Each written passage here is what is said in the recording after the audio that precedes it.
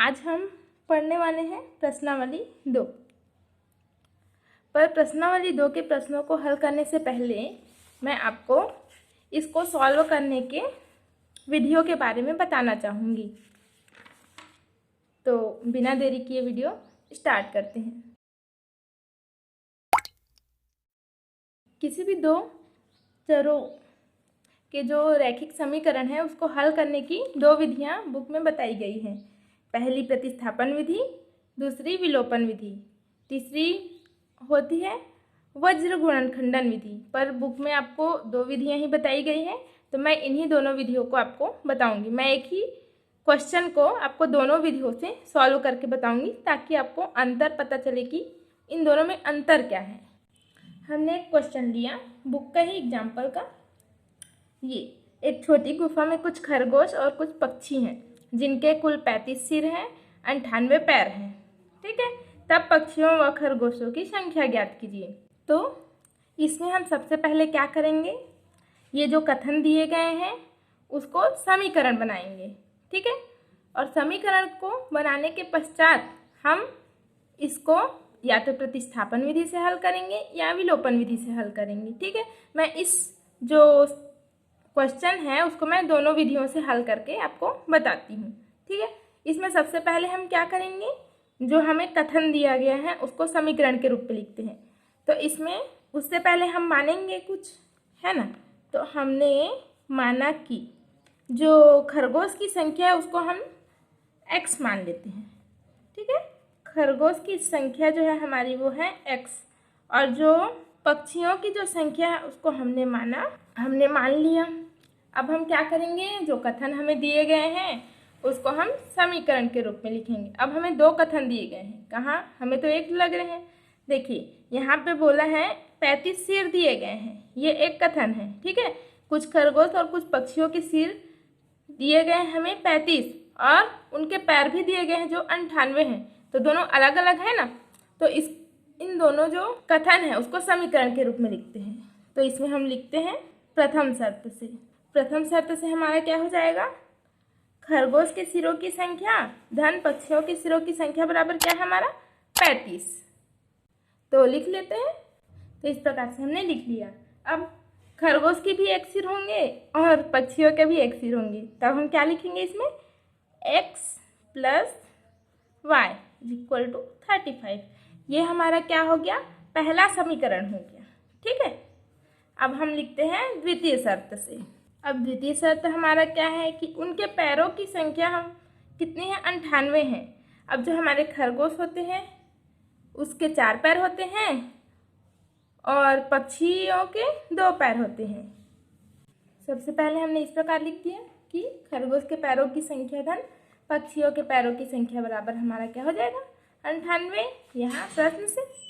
ठीक है, अब खरगोश के 4 पैर होते हैं और पक्षियों के 2 पैर होते हैं, तो ये हो जाएगा हमारा 98। अब हमें जो मिल गया 2 समीकरण। अब हमें इन्हीं दोनों समीकरणों की सहायता से x और y का मान, मतलब कि खरगोश की संख्या और पक्षियों की संख्या निकालनी है। सबसे पहले हम प्रतिस्थापन विधि का उपयोग करते हैं। ठीक है, प्रतिस्थापन विधि से मैं आपको x और y का मान निकालना सिखाती हूँ।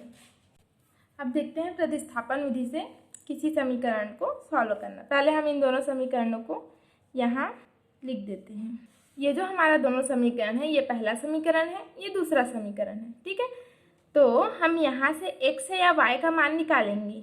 ठीक है, जैसे कि हमने x का मान ही निकाल लिया, यहाँ से हम लिख देते हैं x का मान निकालेंगे तो क्या करेंगे, ये y इस साइड चले जाएगा, तो ये धनात्मक है तो इधर जाके ऋणात्मक हो जाएगा। तो क्या हो जाएगा, ये जो y है +y इधर जाके हो जाएगा -y, तो ये हो जाएगा 35 - y।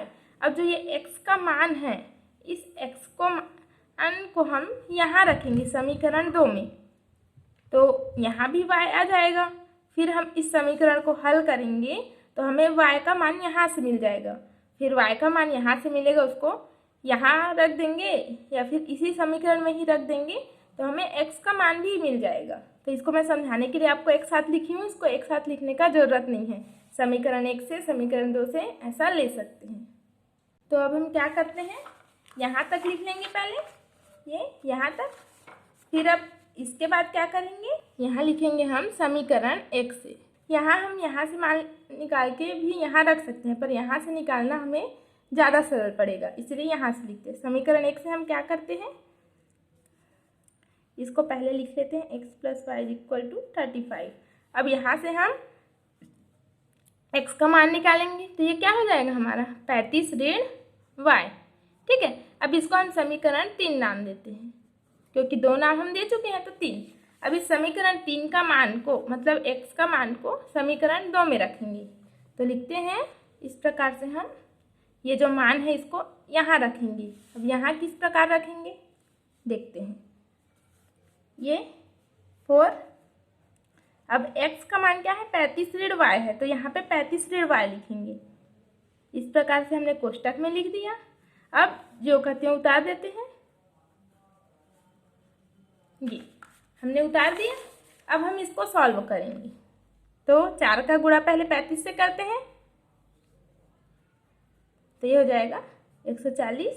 4 का गुणा ऋण y से करते हैं, 4y धन 2y बराबर हो जाएगा 98।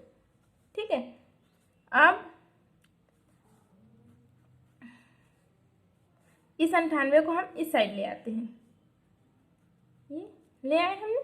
अब ये क्या है, ऋण 4y है, ये धन 2y है। अब मैंने बताया था धन और ऋण रहेगा तो हमेशा घटेगा। 4 में बड़ी संख्या में से छोटी संख्या घटा देते हैं। 4 में से 2 गया तो 2, और बड़ी वाली जो संख्या रहेगी उसमें जो उसके सामने जो चिन्ह रहेगा उसको यहाँ लगा देते हैं। तो ये इस प्रकार से हो गया। अब हम क्या करते हैं, ऋण 2y को उस साइड ले जाते हैं, 0 की साइड, तो ये धनात्मक बन जाएगी, ये ऋणात्मक है धनात्मक हो जाएगी।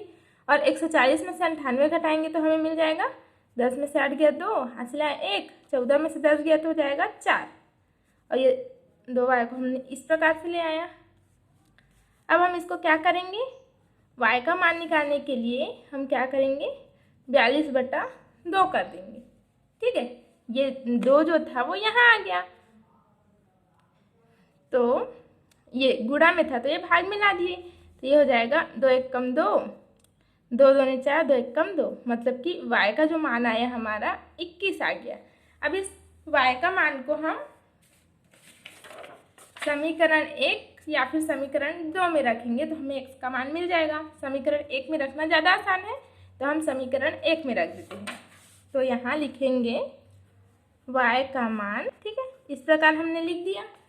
अब हम इसमें y का मान रखेंगे, मतलब x को ऐसे ही लिखेंगे, y यहाँ y है तो y की जगह हम रखेंगे 21 बराबर यहाँ क्या है 35, तो ये हो गया 35। ठीक है, तो x बराबर क्या हो जाएगा 35 ऋण 21। तो 35 में से 21 घटाएंगे तो कितना आ जाएगा, 5 में से 1 गया तो 4, 3 में से 2 गया तो 1। इस प्रकार से जो हमारा x का वैल्यू है वो आ गया 14 और जो y का वैल्यू आ गया वो 21।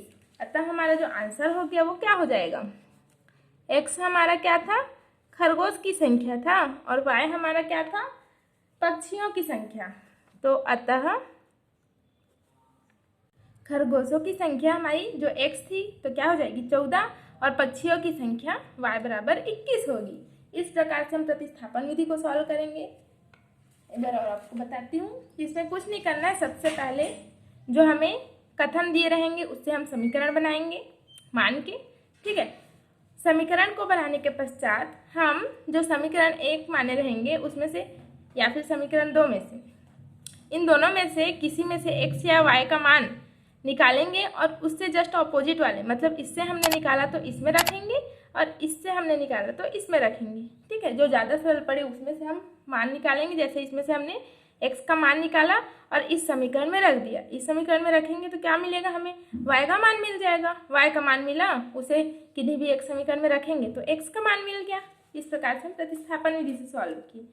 अब इसी क्वेश्चन को ही हम विलोपन विधि से सॉल्व करते हैं। ठीक है, तो इसके लिए जो समीकरण बनाए रहेंगे यहाँ तक तो सेम ही रहेगा, इसके बाद कुछ अलग होगा। देखते हैं आगे। अब देखते हैं विलोपन विधि। यहाँ तक तो दोनों समीकरण हमारे जो है वो सेम रहेंगे। अब विलोपन विधि में क्या किया जाता है? विलोपन विधि में इसको जैसे हमें कोई दो समीकरण मिला है, ठीक है। अब हम इसमें ऐसी संख्या का गुणा करेंगे कि दोनों घट जाएं, ठीक है। जैसे कि हमें x को करना है, ठीक है। तो इस समीकरण में हम 4 का गुणा करेंगे, फिर इससे घटाएंगे तो x वाला कैंसिल हो जाएगा, तो हमें y का वैल्यू मिलेगा। या फिर हमें y को समान करना है जैसे, तो हम इसमें क्या करेंगे, 2 का गुणा कर देंगे और इसे घटा देंगे, तो x वाला y वाला कैंसिल हो जाएगा और हमें x का मान मिलेगा। तो जैसे कि हमें x का मान यहाँ से मिल गया, तो फिर यहाँ पे हम लोग मान रखेंगे उसका, तो दूसरे का वैल्यू मिल जाएगा। जैसे हम इन दोनों समीकरण को लेते हैं और इसमें सबसे पहले मैं x वाला वैल्यू को समान करूँगी। तो समान करने के लिए क्या करेंगे, हम समीकरण 1 में 4 का गुणा करेंगे और समीकरण 2 से घटा देंगे। सबसे पहले हम इस समीकरण 1 में 4 का गुणा कर देते हैं, तो ये क्या हो जाएगा, 4x धन 4y बराबर ये हो जाएगा 35 का 4 से गुणा करेंगे तो 140, ठीक है। अब ये हो जाएगा हमारा समीकरण 3। अब इस समीकरण 3 और समीकरण 2 को घटा देते हैं। इसको हम डायरेक्टली भी लिख सकते थे कि समीकरण 1 में 4 का गुणा करके समीकरण 2 से घटाने पर, अगर यहाँ माइनस रहता तो हम जोड़ देते हैं, ठीक है, पर यहाँ प्लस है तो हम घटा देते हैं। अब हम यहाँ लिखेंगे समीकरण 3 में से समीकरण 2 को घटाने पर, तो हम पहले समीकरण 3 को लिख लेते हैं ये। अब समीकरण 3 में से किसको घटाना है, 2 को, तो 2 को नीचे में लिख लेते हैं। यहाँ हमने समीकरण 2 को यहाँ लिख लिया। अब हम घटाएंगे, तो घटाने के लिए जैसे हम दीर्घ भाजन विधि में कैसे करते थे, यहाँ प्लस है तो यहाँ माइनस, प्लस है तो माइनस, प्लस है तो माइनस। अब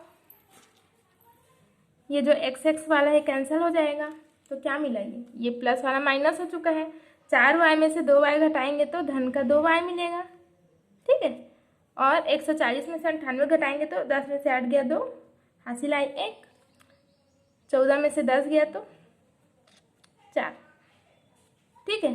अब इसको 2 जो गुणा में उसको भाग में कर देते हैं, तो y बराबर 42/2, तो y बराबर क्या हो गया हमारा 21। इसको हम लिख देते हैं y बराबर 21। हमें y की वैल्यू मिल गई। अब इस y की वैल्यू को समीकरण 1 में रखेंगे तो हमें x की वैल्यू यहाँ से मिल जाएगी।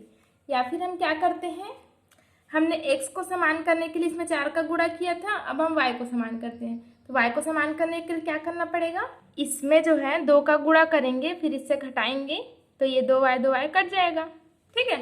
तो हम क्या करते हैं, समीकरण 1 में 2 का गुणा करके समीकरण 2 से घटाने पर, तो हम सबसे पहले समीकरण 1 में 2 का गुणा करेंगे तो क्या हो जाएगा, 2x धन 2y बराबर 70। तो यहाँ लिख देते हैं 2x धन 2y बराबर 70। अब समीकरण 2 से घटाना है, समीकरण 2 क्या है हमारा, ये 4x + 2y = 98। अब घटाएंगे तो ये हो जाएगा प्लस वाला माइनस, माइनस माइनस, ये दोनों तो कैंसिल हो जाएगा। ये क्या है, 2 है, ये प्लस माइनस तो माइनस हो गया। अब 2 में से 4 को घटाना है हमें, तो प्लस और माइनस है मतलब हमें घटेगा, तो 4 में से 2 गया तो 2x, पर बड़ी वाली राशि में माइनस का चिन्ह है तो यहाँ माइनस हो जाएगा, ठीक है। अब यहाँ 70 में से 98 घटाना है हमें, तो घटेगा जरूर, पर जो बड़ी वाली राशि में चिन्ह है वो यहाँ लग जाएगा। तो 98 में से 70 को घटाते हैं हम, तो ये हो जाएगा 28। तो अब ये गुणा में है ऋण 2, इसको भाग में ले आते हैं, तो ये हो जाएगा ऋण 28/2, तो ये हो जाएगा 14, मतलब कि x बराबर 14। इस प्रकार से हमारी जो x और y की वैल्यू आ गई।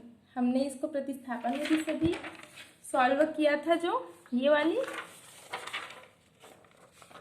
तो हमारी वैल्यू x बराबर 14 और y बराबर 21 आई थी। और जब विलोपन विधि से हल किए हम इसको, तो x बराबर 14 और y बराबर 21 आया।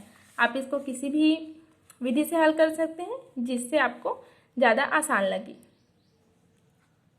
प्रश्नावली के क्वेश्चन सॉल्व करने से पहले एक बार आप ज़रूर उदाहरण के क्वेश्चन को सॉल्व करें। अगर आपको उदाहरण के कोई भी क्वेश्चंस में थोड़ा सा भी डाउट हो तो कमेंट करके ज़रूर बताएं। मैं आपको प्रश्नावली के क्वेश्चन सॉल्व करके बताती हूँ। ये हमारा प्रश्नावली 2।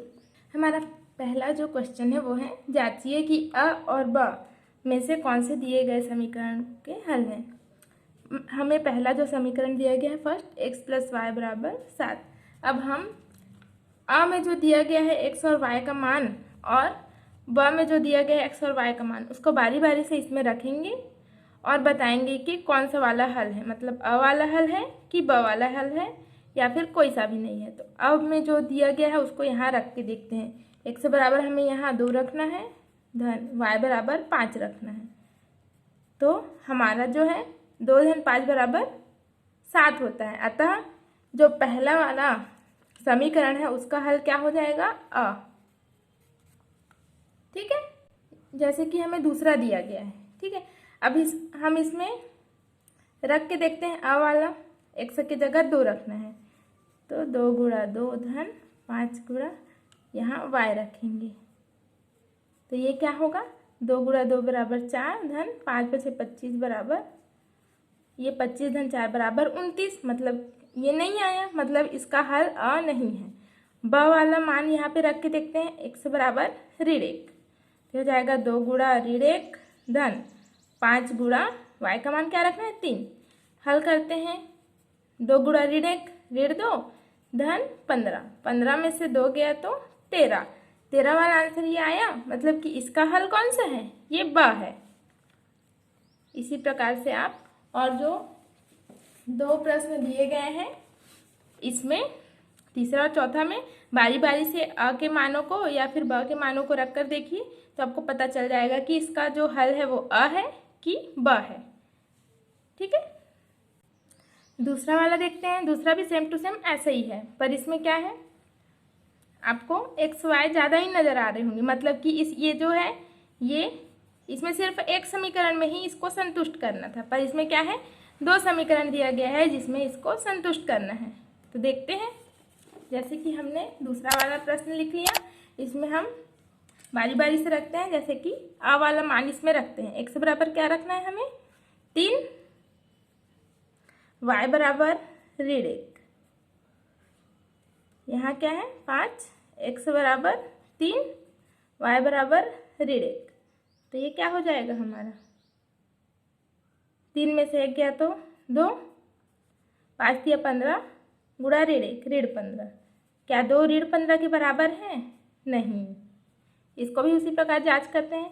x बराबर क्या रखेंगे हम, 3, y बराबर क्या रखेंगे, ऋण 1, x बराबर 3 और y बराबर ऋण 1। ये क्या आ जाएगा, 3 × 9, 2 गुणा ऋण 1 ऋण 2, मीन्स 9 में से 2 गया तो 7, और ये 13 × 39 गुणा ऋण 1 ऋण 39। क्या 7 ऋण 39 के बराबर है, नहीं। मतलब कि इसका जो हल है वो अ नहीं है। ब के मानों को रख के देखते हैं। ठीक है, तो x बराबर यहाँ क्या रखेंगे, 1/2 धन y बराबर क्या रखेंगे, 1/3, 5, 1/2 गुणा 1/3। इसको हल करते हैं। 3 और 2 का एलसीएम निकालेंगे, कितना होगा, 6। 6 को 2 से भाग देंगे 3। इसको हल कैसे करते हैं, इसका एलसीएम निकालते हैं, उसको हर से भाग देते हैं, फिर अंश से गुणा करते हैं। 6 को 2 से भाग दिए 3 आया, 3 गुणा 1 3, धन 6 को 3 से भाग दिए 2 आया, 2 का गुणा 1 से किया तो 2। ये वाला लिख लेते हैं 5/6। अब ये देखो 3 और 2 को जोड़ेंगे तो 5 आएगा ना, 5/6। मतलब कि हमारा जो दूसरा समीकरण दिया गया था उसका हल क्या होगा, हमारा ब होगा। इसी प्रकार से ही आप इन सारे समीकरणों को हल कीजिएगा, तो इससे आपको पता चल जाएगा। इन मानों को यहाँ रख के देखिएगा तो आपको पता चल जाएगा कि इसका हल जो है वो अ है कि ब है। तीसरा देखते हैं।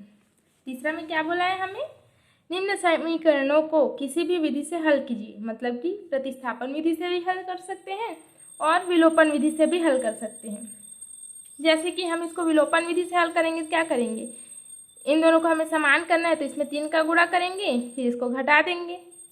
और अगर इसको समान करना है इसमें 2 का गुणा करेंगे, फिर घटा देंगे। उसी प्रकार से आप इसको भी विलोपन विधि से हल कीजिए। ये क्या हो जाएगा, इसमें 2 का गुणा करेंगे, फिर इससे घटा देंगे। इसमें जो है हल करेंगे, जैसे इसमें 2 का गुणा किए तो ये क्या हो जाएगा, ये 4y हो जाएगा। मतलब कि इसमें x भी कट जाएगा, y भी कट जाएगा। मतलब इसका जो है हमें कोई हल प्राप्त नहीं मिलेगा। ये दोनों समांतर रेखाएं हैं। और जैसे इसको है, इसको आप हल करने के लिए इस y को उस साइड ले जाइए। मतलब कि ये क्या हो जाएगा, x minus Y is equal to 2, और ऊपर में क्या है, x plus Y is equal to 6।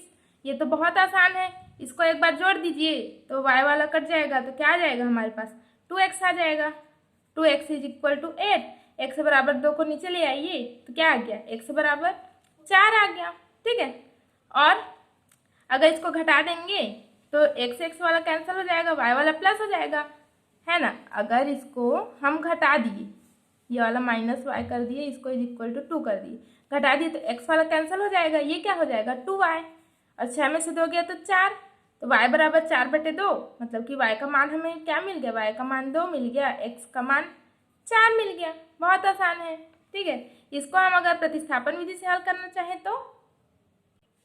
तो ये जो पहला समीकरण है, इसमें हम इसमें से x का मान निकाल लेंगे तो क्या हो जाएगा, 6 ऋण y हो जाएगा।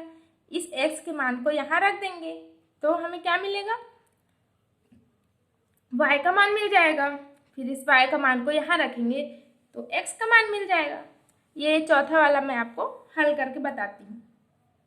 ये तीसरा का चौथा जो है वो इस प्रकार है। इसको हम प्रतिस्थापन विधि से भी हल कर सकते हैं और विलोपन विधि से भी। ठीक है। इसको हम प्रतिस्थापन विधि से अगर हल करें तो बहुत ये लेंदी हो जाएगा, मतलब बहुत कठिन। जैसे कि हमारे पास ये है 5x minus 8y is equal to -1 है। अगर हम यहाँ से x या y का मान निकालना चाहें, जैसे मैं आपको निकाल के दिखाती हूँ, अगर इसमें x का मान निकालेंगे तो ये क्या हो जाएगा, ये 8y इधर माइनस में, ये प्लस में हो जाएगा। फिर x का मान निकालना चाहें तो 8y माइनस 1/5। ऐसा नहीं है कि इसको हल नहीं किया जा सकता, इसको किया जा सकता है, पर ये आप लोग के लिए थोड़ा कठिन जाएगा। इस x का मान इस प्रकार हो जाएगा, इसको हम यहाँ रखेंगे फिर हल करेंगे तो बहुत लंबा प्रोसेस जाएगा। तो इससे अच्छा है हम इसको विलोपन विधि से सॉल्व करें। ठीक है। तो विलोपन विधि से सॉल्व करते हैं इसको। तो सबसे पहले तो हम लिख लेते हैं दिया गया जो समीकरण है, ये मैंने ये जो +3/5 है इसको 0 के इस साइड लिख लिया, तो ये क्या हो गया -3/5। आगे देखते हैं। इसको हम विलोपन विधि से हल करते हैं। इसे हम समीकरण 1 नाम दे देते हैं, इसे समीकरण 2 नाम दे देते हैं। जैसे मैंने बताया था आपको, जैसे ये 6 रहता तो हम इसमें 2 का गुणा करते, फिर इसको आपस में घटा देते तो हमें मान जो है मिल पाता। इसमें क्या है, दोनों अलग अलग राशि हैं, दोनों एक दूसरे के पहाड़े में नहीं आते। तो क्या करेंगे, हम इस समीकरण में इस राशि का गुणा करेंगे। ये वाले जो समीकरण है उसमें इस राशि का, और ये जो समीकरण है उसमें इस राशि का। जैसे समीकरण 1 में हम यहाँ 3 है तो इसमें 3 का गुणा करेंगे, और यहाँ 5 है तो इसमें 5 का गुणा करेंगे। तो लिखते हैं हम यहाँ समीकरण 1 में 3 का गुणा करने पर, सबसे पहले मैं गुणा कर देती हूँ, डायरेक्ट नहीं घटाती हूँ। तो इसमें 3 का गुणा करते हैं तो क्या हो जाएगा, ये 3 × 5 = 15x, 3 × 8 = 24y, 3 गुणा ऋण 1 तो ये हो जाएगा ऋण 3। इसको हम समीकरण 3 नाम दे देते हैं। अब हम क्या करेंगे, समीकरण जो 2 है उसमें 5 का गुणा करते हैं। 5 × 15x, इसमें 5 का गुणा करेंगे, 24/5 × 5, तो ये 5 कैंसिल हो जाएगा, बचा क्या 24y बराबर। अब ये क्या हो जाएगा, इसमें 5 का गुणा करेंगे तो ऊपर नीचे कैंसिल हो जाएगा, ये हो जाएगा ऋण 3। ये हो जाएगा समीकरण 4 हमारा। अब हम देख सकते हैं कि जो हमारा समीकरण 3 और समीकरण 4 है, इसको अगर हम जोड़ेंगे तो जोड़ने से तो हमें कुछ भी नहीं मिलेगा। अगर हम इसको घटाते हैं तो ये जो 15x और 15x है वो भी कट जाएगा, ये माइनस वाला प्लस होगा तो ये भी कट जाएगा। तो इसका जो है हमें, जैसे हमने समीकरण इस वाले समीकरण में बताया था, समीकरण 2 में ये दोनों समांतर रेखाएं हैं, उसी प्रकार से ही ये भी समांतर रेखाएं होंगी।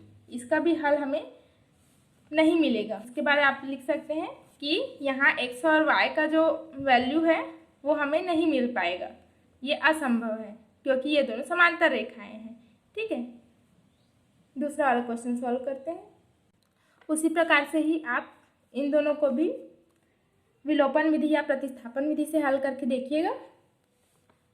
हम प्रश्न चौथा देखते हैं जो इस प्रकार है। इसमें भी x और y का मान निकालना है हमें। ये तीनों तो सरल हैं, ये है करनी वाला, तो इस करनी वाला को मैं आपको सॉल्व करके दिखाती हूँ।